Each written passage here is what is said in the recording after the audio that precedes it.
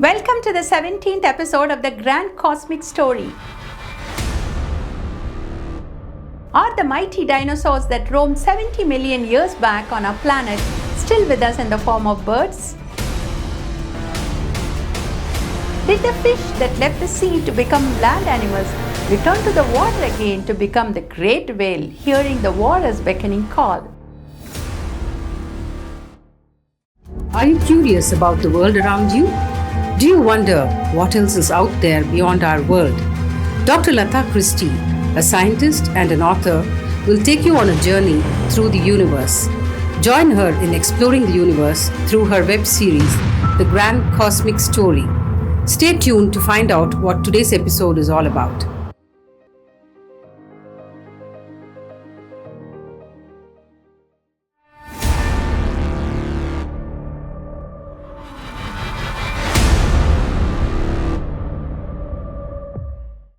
Paleontology is a fascinating subject because it allows us to look into the deep past and get a glimpse of Earth's history.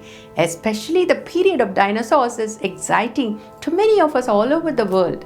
The English paleontologist Richard Owen coined the word dinosauria from the Greek words dinos, that is fearfully great, and sauros, lizard, in 1841. The paleontology database gives about 1,545 scientifically described dinosaur species that ruled the world around 201 million years ago by the start of the Jurassic Period. They were the superstars of the animal kingdom, and they reigned for about 174 million years and changed the world greatly. These diverse creatures can be grouped into three types: Ornithischia dinosaurs, or bird-hipped dinosaurs with a backward-pointing pubic bone in the hip like the plant eaters such as Stegosaurus and Hadrosaurus. The Sauropodomorpha dinosaurs, which were long-necked, pot-bellied with reptile hips and tiny heads, sauropods called the Titanosaurus, the largest land animals that have ever existed. And Theropoda dinosaurs. Theropoda is a group of meat-eating dinosaurs, although some change their diet to be herbivorous or omnivorous.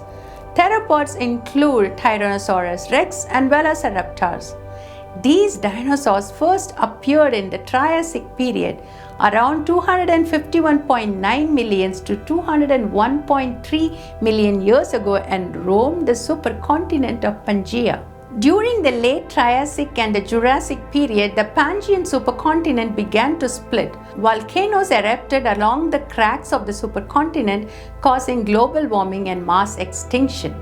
The continents moved farther apart and the Earth began to assume the modern form we recognize today. During the Jurassic period, which was around 201.3 million to 145 million years ago, dinosaurs rose to dominance and some grew to huge sizes. The famous dinosaurs from this period include Tyrannosaurus rex, Triceratops, and Velociraptor. Titanosaurs, the largest dinosaurs that weighed about 33,000 pounds and measured more than 60 feet long. The longest dinosaur was mostly Supersaurus, a Jurassic sauropod that probably even reached 137 feet in length.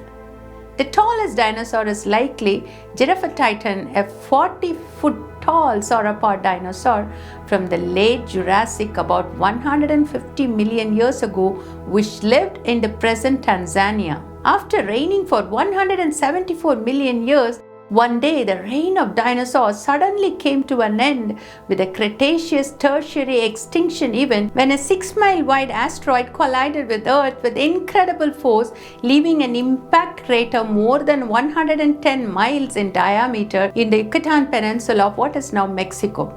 The impact of the space rock on the Earth, along with volcanic activity, triggered shock waves and massive tsunamis, sending a large cloud of hot rock and dust into the atmosphere, blocking part of the sun's rays for months or years, causing most of the vegetation to die out.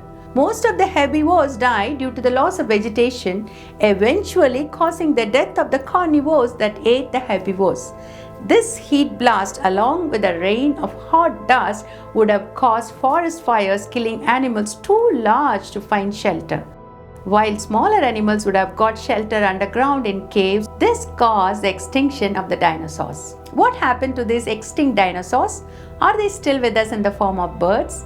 Many evolutionary biologists believe we have not lost dinosaurs.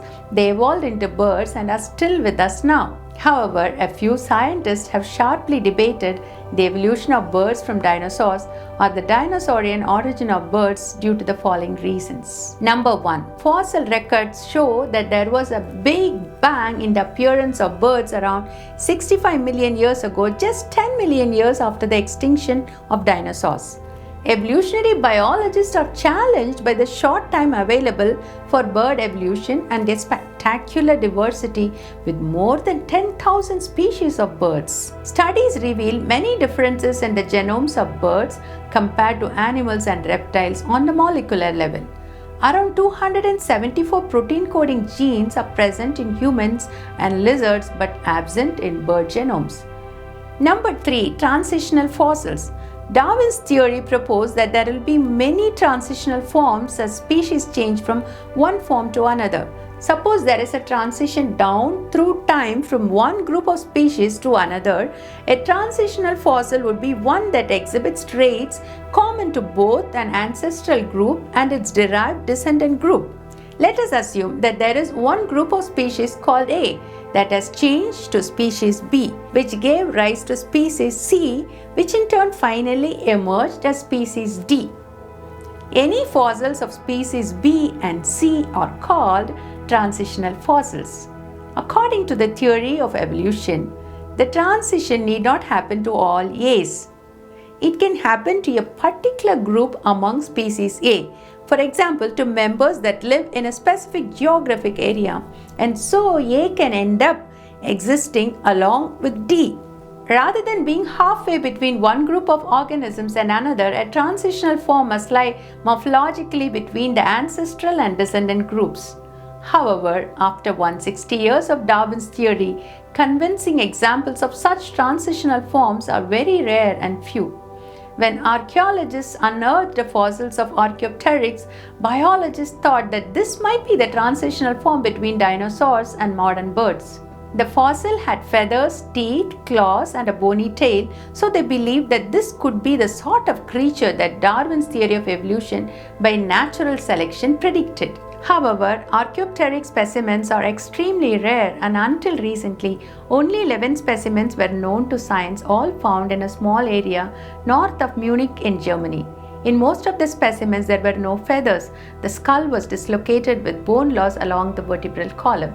Also, scientists started to observe variations in skeletal characteristics within the group of specimens collectively referred to as Archaeopteryx, and many of the scientists started to wonder if it was just a full-fledged bird capable of flight. We now face the million-dollar question: what, if anything, is an Archaeopteryx? Number 4. Some fossil findings showed that birds lived along with dinosaurs or even predated them. One of the fossils of a true flying bird named Propteryx pfennigensis dates to almost 120 million years, much before the appearance of dinosaurs, while few other fossils showed that birds were also part of dinosaurs' diet. Number 5. The transition of their regulatory system. Since their initial discovery, dinosaurs have had many mysteries surrounding their existence. Were they warm-blooded like active birds and mammals, or were they cold-blooded like modern reptiles? The contrast between warm-blooded and cold-blooded animals is enormous. Cold-blooded animals are largely incapable of regulating their internal body temperature, which remains close to the ambient temperature of the immediate environment, whereas warm-blooded animals like birds and mammals can maintain a nearly constant internal body temperature, usually from 35 to 45 degrees centigrade, irrespective of the environmental temperature. Similarly, no cold-blooded animals have sweat glands, only warm-blooded animals have sweat glands. Dinosaurs would have been likely cold-blooded because they resemble reptiles, and the infamous T-Rex may have been a cold-blooded killer. If they were reptiles, there would be a great challenge to explain the process of evolution from the cold-blooded system to the much more complex warm-blooded temperature regulating system, since the evolution from cold-bloodedness into warm-bloodedness requires significant modifications in both anatomy and physiology. Number 6. Challenges in the evolution of breathing mechanics.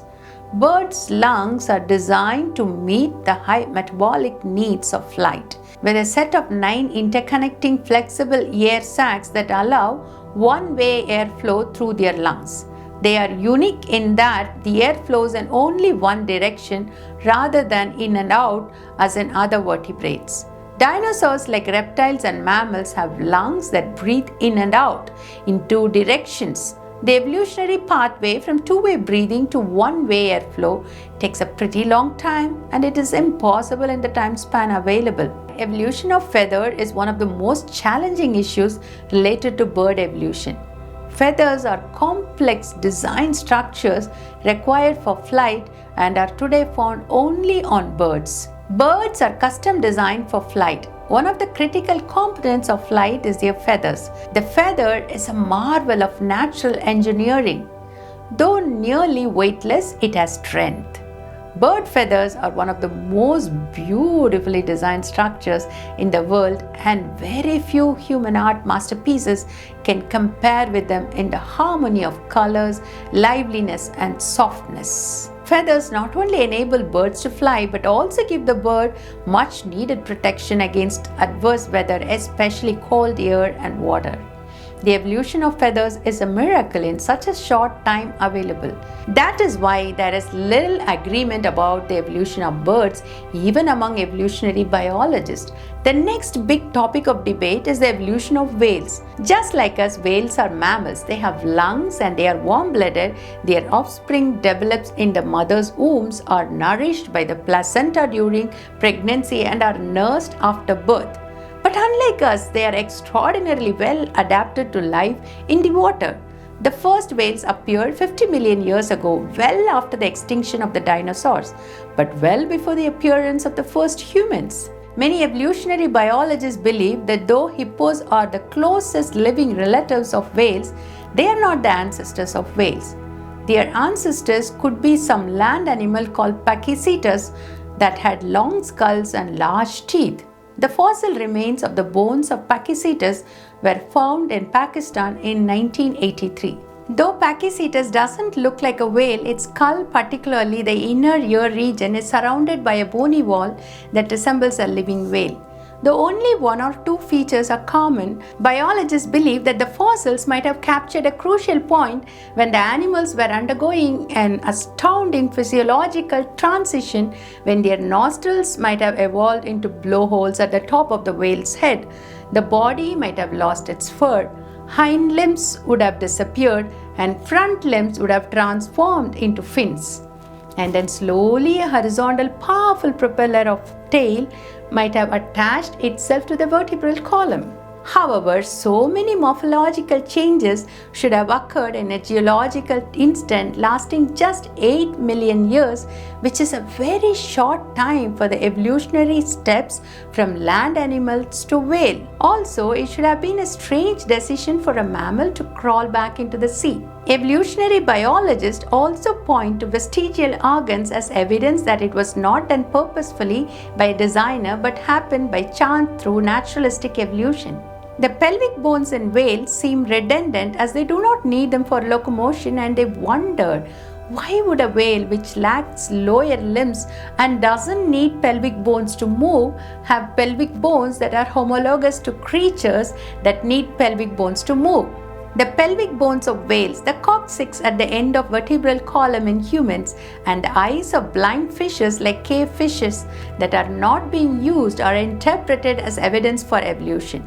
However, over the years, nearly most of the organs once thought to be useless have been found to be functional, like the tonsils, which help to fight infection, the tailbone, which is a vital part of a skeleton connecting the tendons, ligaments, and muscles that support the pelvis, the thyroid, which is vital for regulating metabolism, and appendix, which is now known to perform significant functions such as producing white blood cells, providing a store of beneficial bacteria, and playing a significant role during fetal development. Also, scientists have found that the pelvic bone of a whale has an important function in reproduction and sexual selection. Males have a larger pelvic bone that would give more maneuverability while tackling the logistically difficult task of mating in the water. Hence, vestigial organs cannot be used as an argument favoring evolution. The main explanation for the many anatomical similarities between different kinds of animals could be that the designer for all these things is the same